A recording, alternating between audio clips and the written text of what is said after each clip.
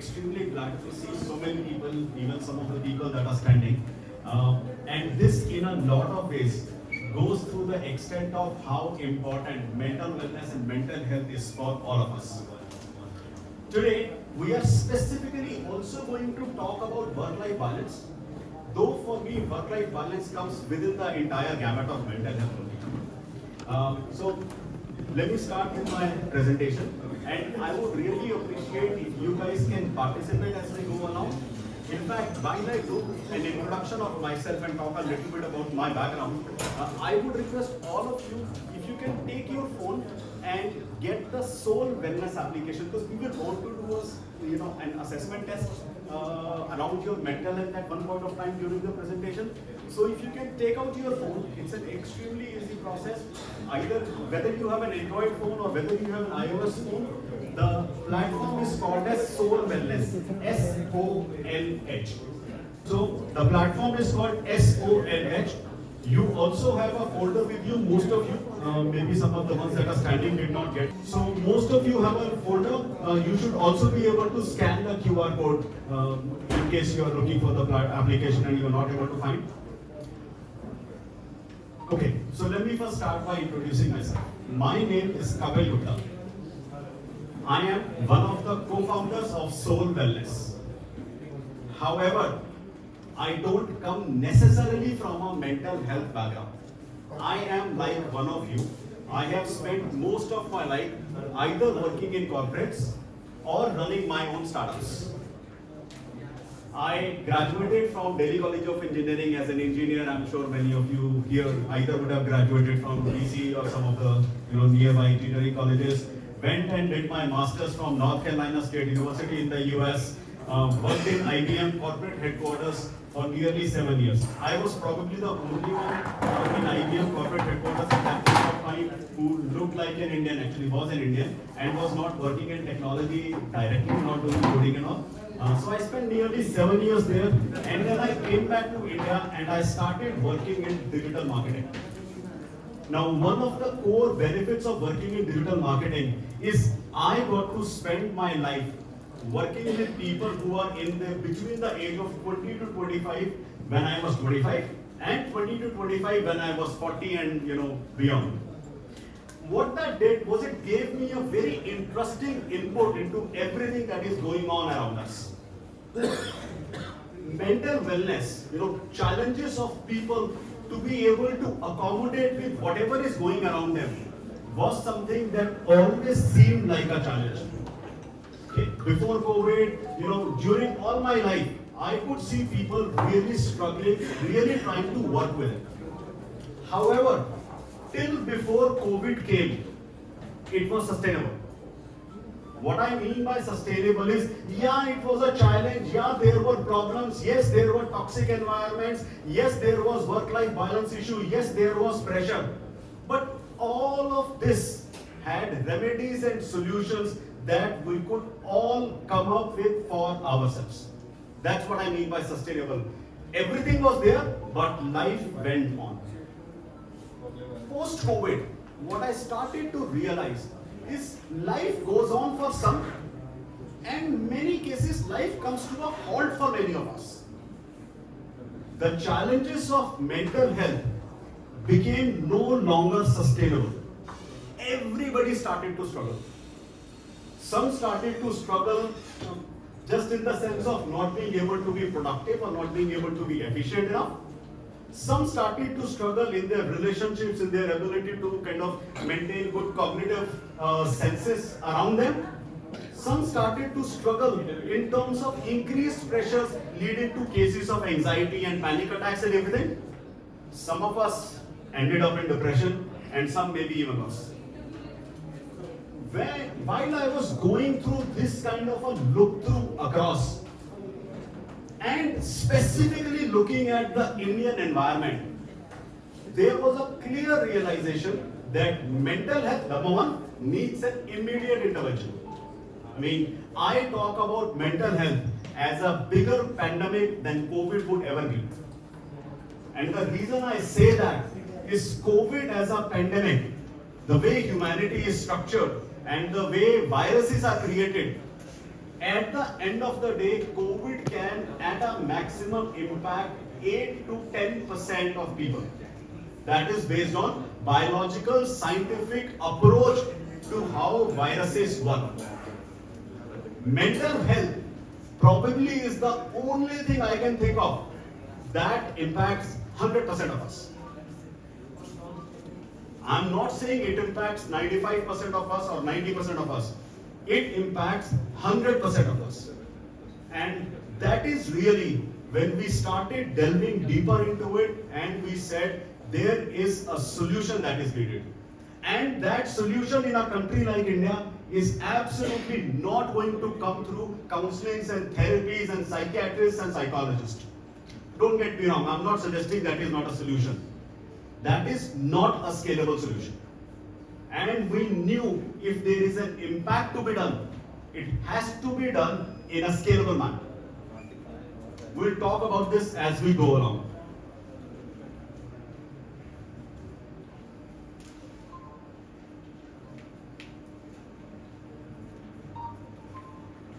Okay. First aspect that we saw in mental health is, of course, we all need to maintain a sense of equilibrium around us. Each one of us. Let me ask, how many of us actually have a complete equilibrium around in our life? Are there people that have a complete, that can say, my life is completely at peace, my life has full balance, my life has, no real equilibrium problem? Nobody, right? Nobody in this room would be able to say, my life has complete balance. And this is where we keep looking at constant pressure that we feel from all directions. For some of us, that pressure comes from our work balance. For some of us, it comes from our personal lives. For some of us, it comes from various other things around us. For me, the biggest pressure in my life is I sometimes don't get good food to eat. I mean, it's a challenge, it's a problem. So anyway, for each one of us, there are different senses of pressures that we feel around. What that does is it keeps on increasing a fatigue in our head. And this fatigue is one of the most critical reasons why we lose out balance in our lives. And this is where there is a real approach or a real intervention that is required. An important aspect of mental health is all this balance, everything that goes on in our life gets controlled by what we could call as coping mechanisms. So coping mechanisms are really our defenses, and more than defenses, that we do whenever we come across a situation. A coping mechanism for some may simply be to smile at a problem. For some, it could be to get angry. For some, it could be too stressed, I want to take a travel, I want to do a holiday. For some, it could be just go out on a smoking break. For some, it could be something else and something else and something else and something else. But everybody across their lives develops coping mechanisms around whatever challenges and whatever problems they face around. Kapil, I have a question. Yes, please. What are the triggers that shows that I have an imbalance? Sure, I'll talk about that in the next future. That's a wonderful question. So how do I determine I have an imbalance in my life? Well, before I get to those charts where we talk about it, let me first say everybody has an imbalance in their life. I think the right question probably would be, how do I determine that I have an imbalance in my life that requires an immediate intervention? True. Agreed. Right? So, and we will talk about how do you identify that and how do you work through that and what are the approaches to be looked upon. So, and this particular chart is what I really like to talk about whenever there is the question of work-life balance. And everybody suffers from work-life balance, right? Is there anybody in this room that does not suffer from work-life balance? It's part of everybody's life now, right? It's part of a housewife's life, even though she is home all day, or a part of an old person's life, even though they are not really doing anything else in life. It's part of every professional and everybody's life. the important question that I like to ask people is, while we all keep talking about work-life balance as this challenge that has come into our lives, where we have to take our work to our houses, right? That's a problem. Everybody suffers from that. I can't switch off at 6 o'clock in the evening or 5 o'clock or 7 o'clock, depending on your office timings. I have to always take my work home. And that causes significant issues. However, I want to ask everybody here, while that is a problem, how many of you actually end up bringing your home to your work? So I understand work-life balance is a challenge. I understand you guys end up taking your work to your home. But is the reverse also true? Do we, in the current ubiquitously, pervasively connected world, enabled by the mobiles, I don't want to say anything against the mobile sitting in this crowd, but enabled by the mobiles, enabled by the pervasive nature of our connectivity all across, enabled by the WhatsApps and the Instagrams of the world, how many of us actually end up bringing our home into our work? Is there anybody that doesn't do that? I mean, I can probably right now pick up my phone and I would have a message from somebody in my family or somebody in my friends or something else. I will remember a bill that I have to pay, or I would remember a reel that I have to watch, or somebody would have shared something, or there are, everybody has 20, different family groups, friends groups. There is a group of people that drink together. There is a group of people, cousins that went to a holiday a few months back. Then there is the family group. Then there is an extended family group. Then there is a group for, families on my mother's side, on my father's side, and this, that, and the other. And it keeps going on and on and on. So, one aspect that I want everybody to think about is, while work-life balance is a challenge, but the challenge is both ways. It's not just you having to take your work to your home. It is also you having to bring your home to your work. This is what, in my point of view, makes work-life balance an extremely difficult aspect for all of us to solve. It's not just us taking work home, it's also us having to bring our home to our work. Now, one thing that I want you guys to do, and this is where I said earlier, if you can download the app, so we will go through an assessment. If you go to the app and you scroll down to the third tab, you will see an area that is called as screening and self-assessment. Okay. In the screening and self-assessment area, there would be a stress test. A test to check the amount of stress that you have in your life and what does it represent. It's it should take 3 to 4 minutes for anybody to be able to complete the test. I would request all of you, if you can just look at that test and take that test, and we can then go from there. As I said, if you will open the app, at the top you will see overwhelmed by emotions, talk to a soul counselor. That's the first row. Underneath that there will be a journaling area, and underneath that there will be screening and assessment. In the screening and assessment, please do the stress test.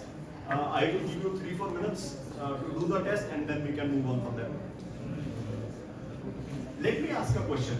How many of you have heard of mindfulness? They say if you want to get rid of mental health challenges or issues, you should have a life full of mindfulness. Can anybody help me define what mindfulness is? And nobody can define what mindfulness is. I mean, something about being able to live life in the present, being able to enjoy where you are. I'm sure everybody has heard of it, right? Yeah. See, for the life of me, when I started working and looking at mental wellness, for the life of me, I couldn't understand what mindfulness is. Let me say, at some level, I still today don't understand what mindfulness is. And for many of us, that's a challenge when we start thinking about mental health. I mean, it's complex. How do I determine, I have too much stress? I go to somebody and I say, I have anxiety. And this person looks at me and says, you got good family, you got good life, you got good job, you got good money. Why do you have anxiety? Why do you have stress?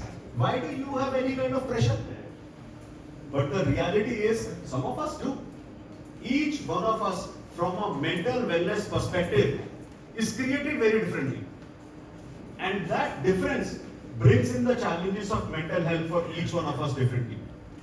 One of the things that we did as we were looking at, or as we have worked through mental health, is to simplify mental health. From this complex world where we talk about anxiety, and from this complex world where we talk about concepts like mindfulness, I tried to simplify mental health in 5 easy adjectives. And in my view, this is what we do all our lives. We try to reduce sadness, loneliness, and stress. And we try to increase happiness and peace of mind. That's it. Mental health really is as simple as that. Your need to reduce sadness, loneliness, and stress. Hindi mein it would be dukh, akelapan, tanav. And your need to increase happiness and peace of mind. Sukh or shanti. That is it. And when you think about it in that perspective, it all starts to make sense. And we have talked a little bit about this earlier, but these are specifically some of the challenges that all of us as professionals face. Whether it is working through long hours, whether it is irregular schedules, whether it is being constantly on call, whether it is the need to take your work to your home, whether it is burnout, fatigue, whether it is various kinds of safety concerns, whether it is managing your work expectations, and so on and so forth. I mean, the list is too big. I just put some examples of the more important ones, the more critical ones that everybody faces. But the list is unique and specific to each one of us. So, I'm sure all of you have played this game before. Never have I ever. Some in good situations, some in not such good situations. So, let's play this here. Why don't everybody read these and figure out how many of these matches with you? Missed a family event because of work commitments. Multiple times, everybody. Being unable to finish tasks and brought work home. Felt overwhelmed by the amount of work waiting for me after a holiday. Sacrificed sleep to make a deadline at work. Neglected hobbies or personal interests due to work demands. Being unable to focus on work because of something that was going on at home. So this is what I was talking about. Mental health is about you having work, take care or occupy 24 hours of your life. And mental health is about everything else in your life occupying 24 hours of your life. And they are mingled and they are merged, and it creates a complexity.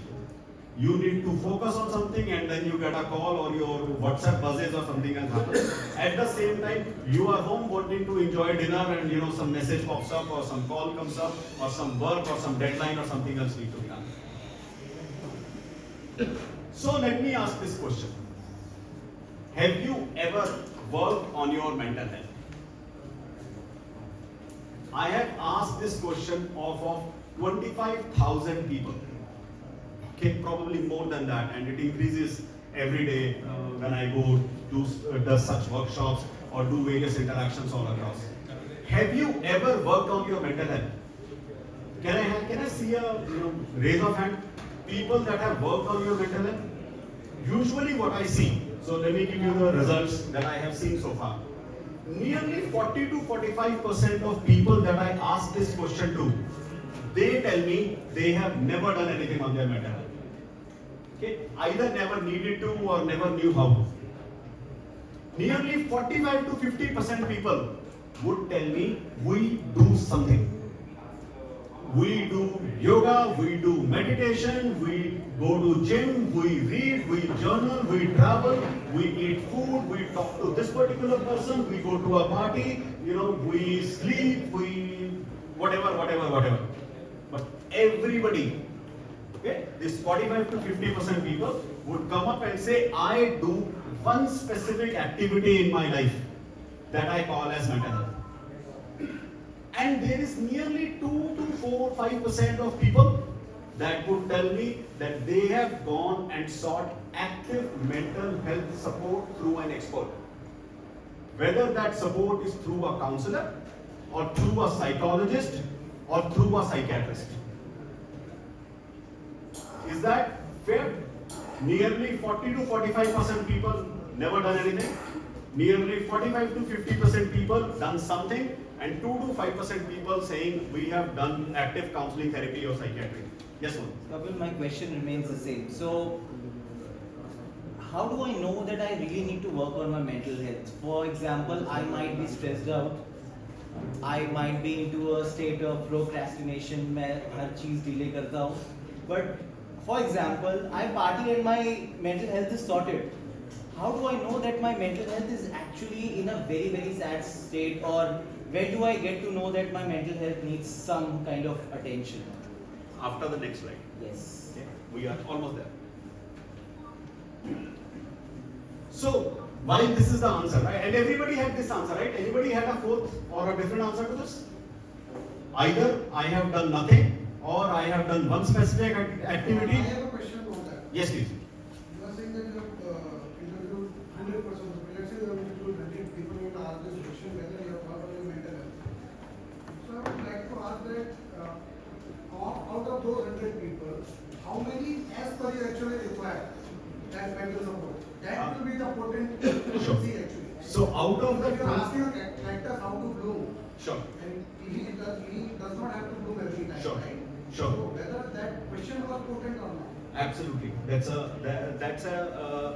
an engineering question, and absolutely a valid one. And I will. This is actually what Mohit was asking as well. I guess in a different way. Exactly. So as I said, in this slide and the slide after this, I will cover this. Okay.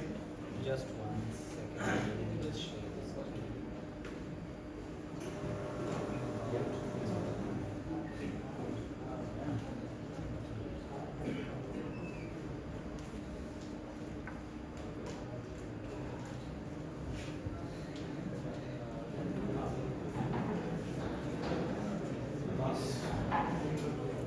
Okay. So, and that's a absolutely valid point. How many of those people actually needed mental health support? Of the 25,000 people that I asked this question, 25,000 people needed mental health support. And I will talk about what I mean by that. Number one. So, while we all, okay, so can I ask you all to do a thought experiment with me? We all know what is a thought experiment? Yes. I will come up with a hypothesis, and for a minute consider that.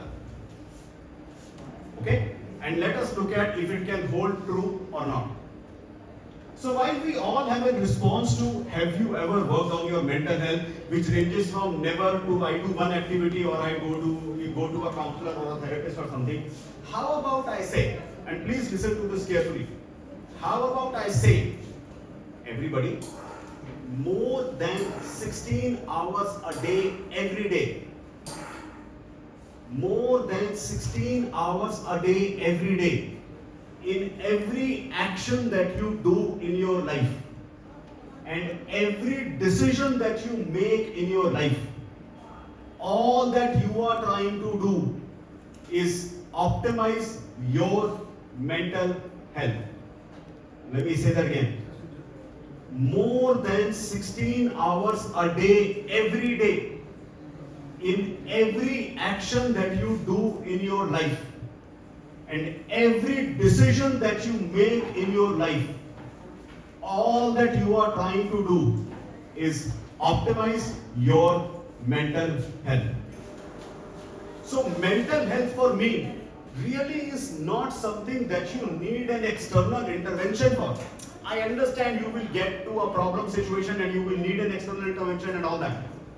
But mental health is an activity which is probably the most time consuming, let me not use the word time consuming, the most consuming activity of all in our lives. It is what we do all day.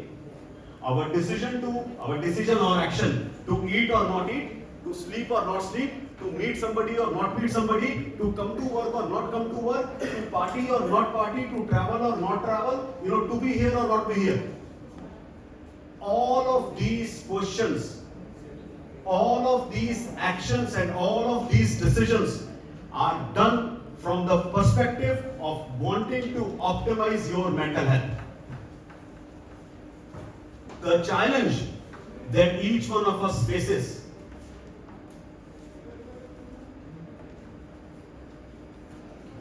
is while we try to do that, while we all try to work towards trying to optimize our mental health, we lack the basic tenets of being able to get that support. And those tenets for me is the vocabulary, the tools, and the framework.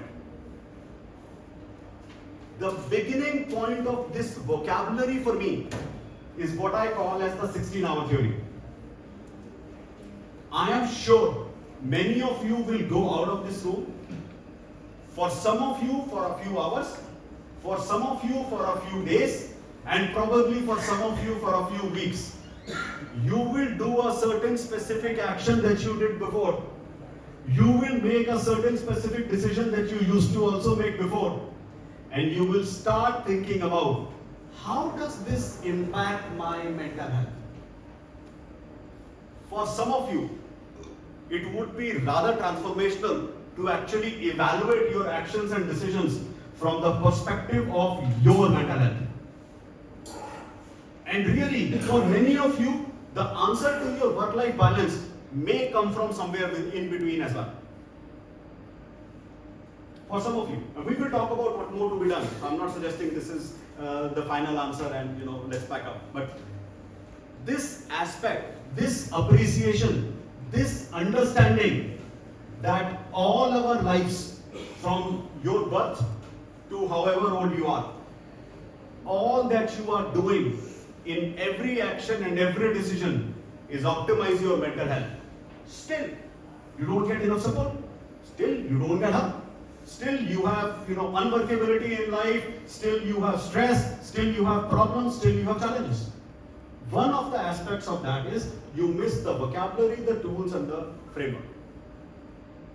So what we are here to do today is to help you begin your journey towards that. Help provide you the vocabulary, the tools, and the framework. So each one of you individually and as a group can start getting mental wellness support. Now Mohit, and I'm sorry I didn't catch your name. Uttam. Let me answer your specific question. See, the challenge really for me is not looking at a person and trying to identify, he was down with fever and now that fever has turned into, something extreme. And now how do I help him?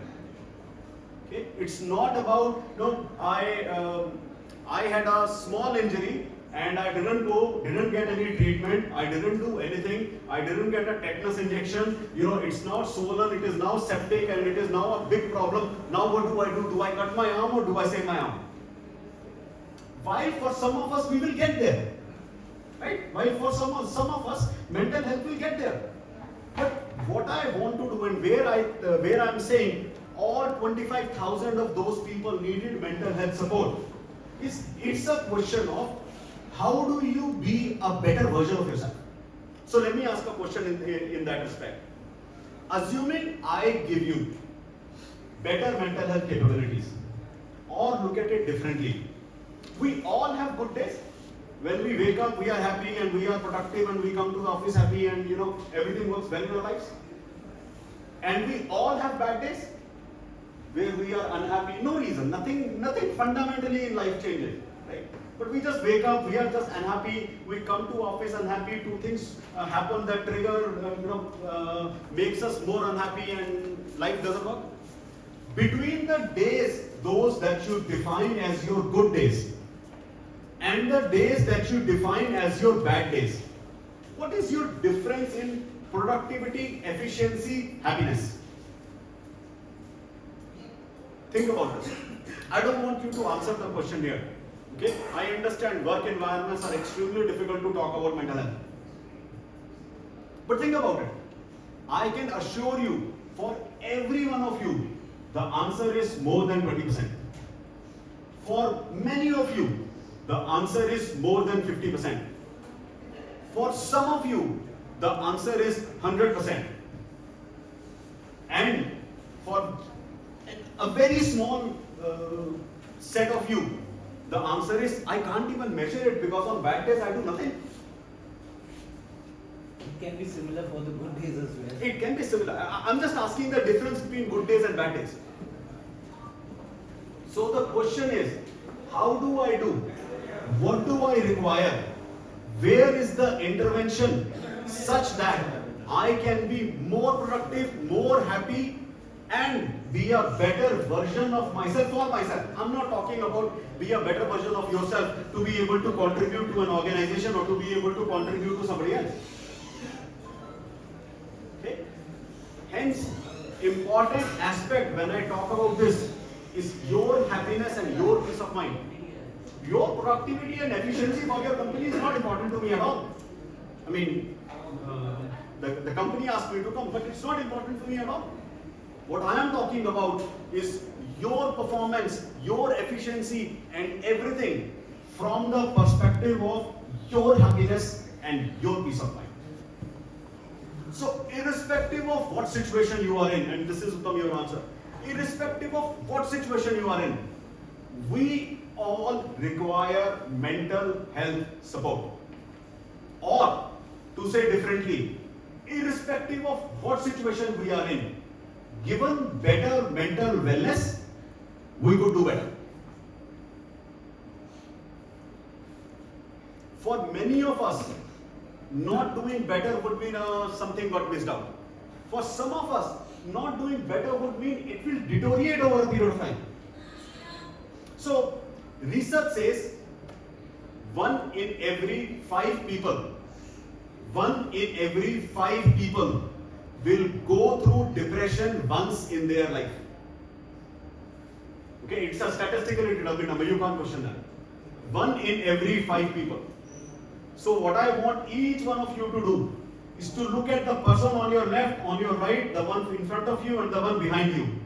If you think none of those 4 people are going to go through depression, it's probably you. And I mean, let's not joke about depression. It's not a funny topic. But really, normal people in normal lives, in normal activities, going through everything, have bouts of depression, have bouts of anxiety, have bouts of trouble, have bouts of total unworkability, have burnouts and burst outs. I mean, burnout is one thing, but have burst outs, have challenges that they just can't cope with. So, what we are trying to do is to create an environment where we are able to empower everyone with the vocabulary, the tools and the framework. Basically, a capability such that they can continuously keep getting the mental wellness support that they might be missing. And necessarily prevent, in many cases, prevent the problem from getting worsened. So Mohit, does that answer your question? It does. Perfect. So let's do a small relaxation activity. Does everybody know what is box breathing? Okay, so let me define. It is simply, okay, with me when I say, you inhale through your mouth, inhale through your nose, you hold, and you exhale through your mouth. And we will do this 4 times. Okay? What I need is everyone to shut your eyes and follow it along. there is a prize at the end, I assure you. So, please follow along. Just close your eyes and follow the story. So, close your eyes, everyone. Inhale through the nose. Hold. Exhale through the mouth.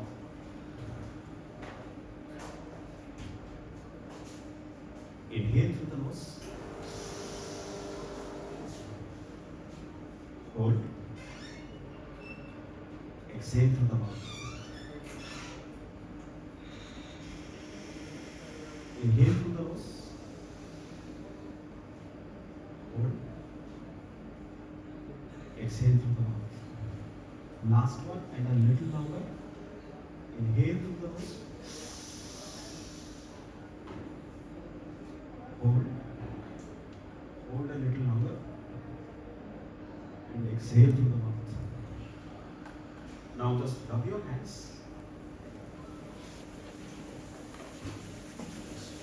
Put them on your eyes. Please keep your eyes closed. Put them on your eyes. And now slowly open your eyes. Are we all back? Let me ask a question. How many of you, for these 45 to 60 seconds, okay? How many of you for these 45 to 60 seconds went blank? Went blank. There was no pump. There is that trigger that keeps going on in your head, keeps talking to you. What blank? There was no thought that was there. There was no pressure, no stress that was there. There was no thinking about what deadline there is or what do you need to get for your wife or your husband today. There was nothing. Most of you went through and it was blank. This is how easy it can be to work on your mental health. That's the price that I promise you guys. This is how easy it can be to work on your mental health. Having said that, it still doesn't mean that the stress in your life, the pressure in your life, the challenges in your life, the sadness and the loneliness in your life will go away. So I always say, I am not an agent that can remove mental health issues from your life. I can just help you develop better coping mechanism by empowering you with vocabulary, tools and framework for mental health. And that is something that all of us, irrespective of the situation, irrespective of our lives, and everybody can do better with. That's fundamentally what I believe in. So, with that, let me introduce to you Solh Wellness. You just did a assessment test there, but let me introduce to you to Solh Wellness in what we do. So we are a tech-enabled platform that is looking at solving this challenge of vocabulary, tools and framework for everyone. And when I say tools, we talk about 3 different kinds of tools. Number 1, what we call as self-help tools. Tools that you can use with the platform by yourself. So what you did earlier, which was screening and assessment, is a self-help tool. You currently took the test for stress. Similarly, there would be a stress for anxiety, there would be a stress for depression, there would be a stress for a test for ADHD, there would be a test for variety of different kinds of mental health related challenges. Please note, on the platform, while these are standardized tests, they should only be used for the purposes of screening and self-assessment. Wherever you get severe, by all means, please go to a clinician and get better diagnosis done. I'm not here to tell you go to which clinician. I'm not a salesman. Okay? But wherever you see the words severe, please go to a clinician and get that test done. And figure out, is that something that you need to work on? See, depression doesn't really come, like other diseases. It doesn't necessarily have to be a very long progression. So, find out, identify, look out for it. The second part of tools that we provide are what we call as community support tools. So, community support tools really are tools that you would be able to use with community at large, with people all around you. One part of community could be journaling. Now you must be thinking, but journaling, is that similar to what I do on Instagram? Well, not really. From three perspectives.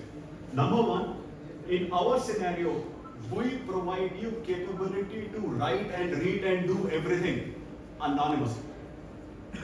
So you don't really need to disclose your name. You don't really need to disclose who you are. You can be anonymous when you are there. It is mental health. Some of what you would have to say is not going to be like Instagram. I mean, what do you do on Instagram? You talk about the food that you don't eat. You take and put pictures of, clothes that you don't wear, people that you don't meet, places that you don't go to. Essentially, life that you don't have. This is a dedicated mental health platform. So the conversations are very real. The conversations are very focused on your mental health. And what is it that is required, and you could read what other people are going through, or you could share what you have gone through, or what others have used as solutions. There are experts that talk about, and there are a variety of conversations that goes on. And also there, along with journaling, we provide support groups. So there would be a support group on depression, there would be a support group on procrastination, there would be a support group on teenage issues, there would be a support group on adolescent problems, there would be a support group on women empowerment, there would be a support group on variety of different issues.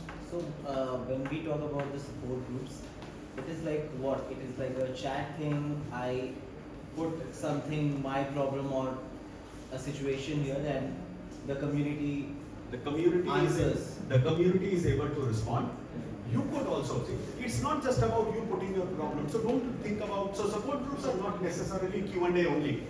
Many times, and many of us actually do not go to a support group and ask our query. We go to a support group and we read what conversations are going on amongst other people. And that's really what becomes therapeutic, or that's really what helps us capture and get the solution that we want for ourselves. The third set of tools that we provide are what is expert services. So expert services could be clinical.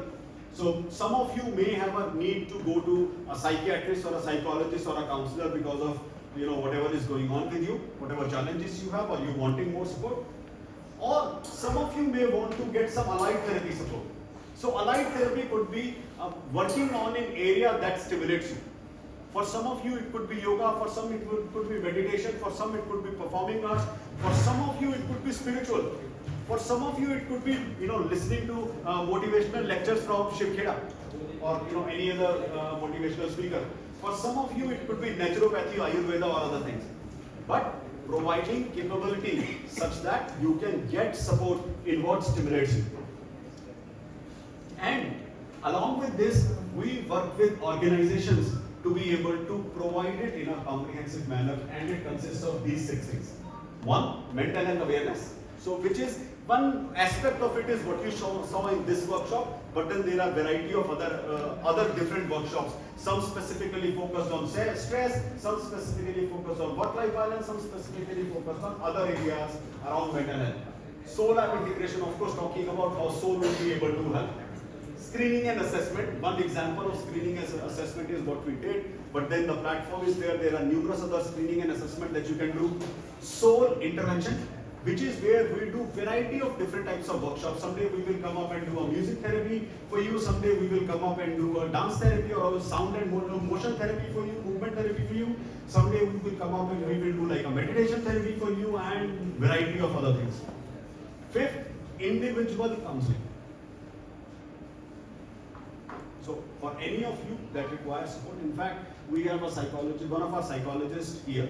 So any of you, post this session, if anybody wants to chat and have some specific issues, I understand, as I said, it's difficult to ask issues in a corporate environment like that.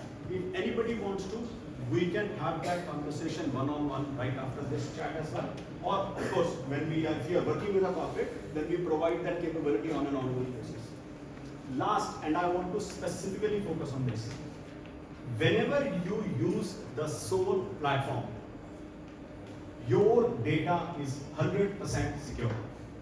Even though we work with corporates or educational institutes in providing them with mental health capabilities, we are 100% sure your data will never, ever, ever be shared with your organization. That is very different than what many other people are doing in variety of different activities. We are 100% sure. We will tell your organization that 50 people in your organization said that they have stress as a problem. Let me show you an example of that. Something like this. So there will be a dashboard that they will have. The dashboard will never have your data. It will definitely tell them, hey, people took these kinds of tests and some of them thought emotional awareness and social anxiety are big issues in your organization. Now, this would always be a bubble chart, so the size of the bubble will be essentially the number of people that have provided input, so it gives the organization a ready reference as to how mental health is in their organization. From here on, they can define and they can do variety of different activities. But extremely important, I want to assure and I want to tell each one of you, we have a completely well-established philosophy. Your individual data is never shared. So you can come to the platform, you can get support, you can do whatever you want. Whether you do this anonymously or as an individual, doesn't matter.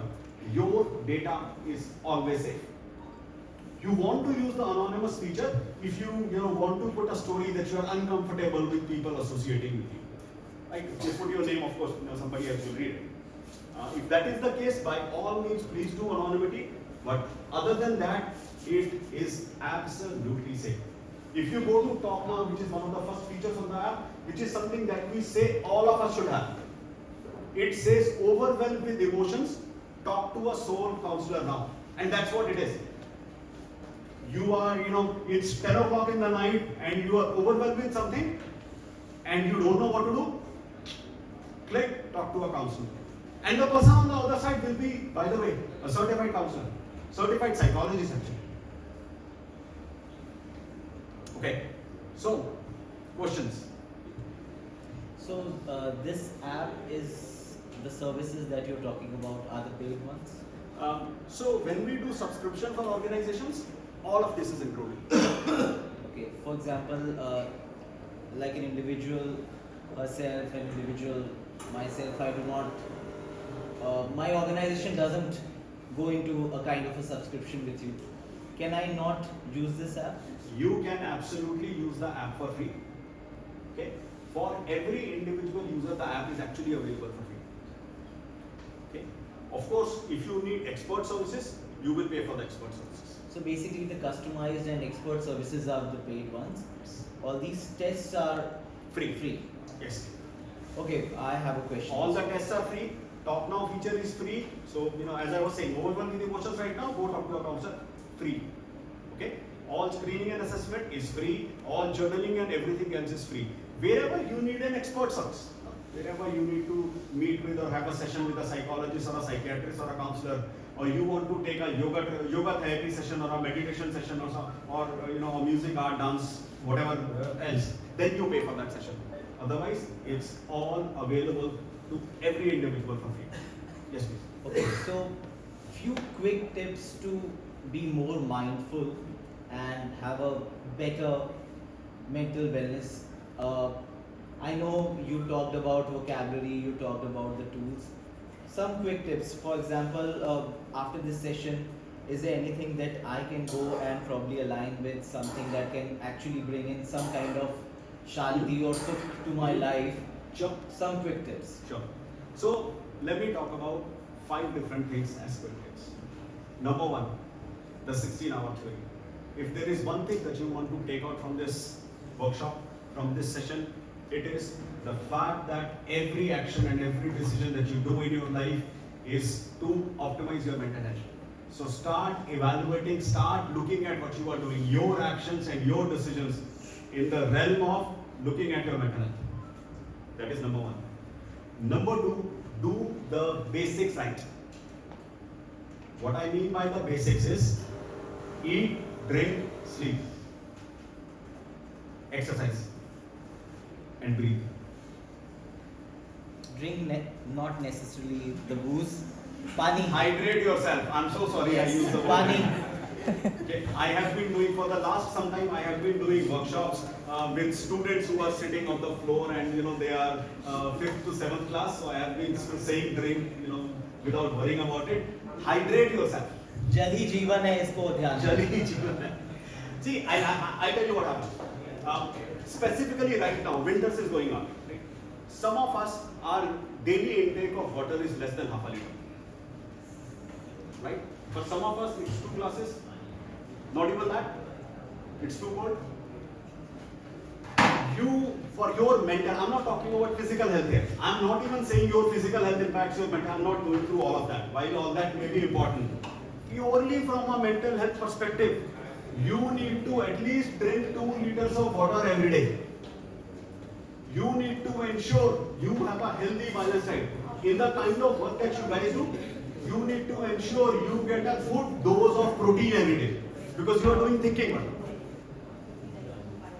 You need to ensure you get sleep right.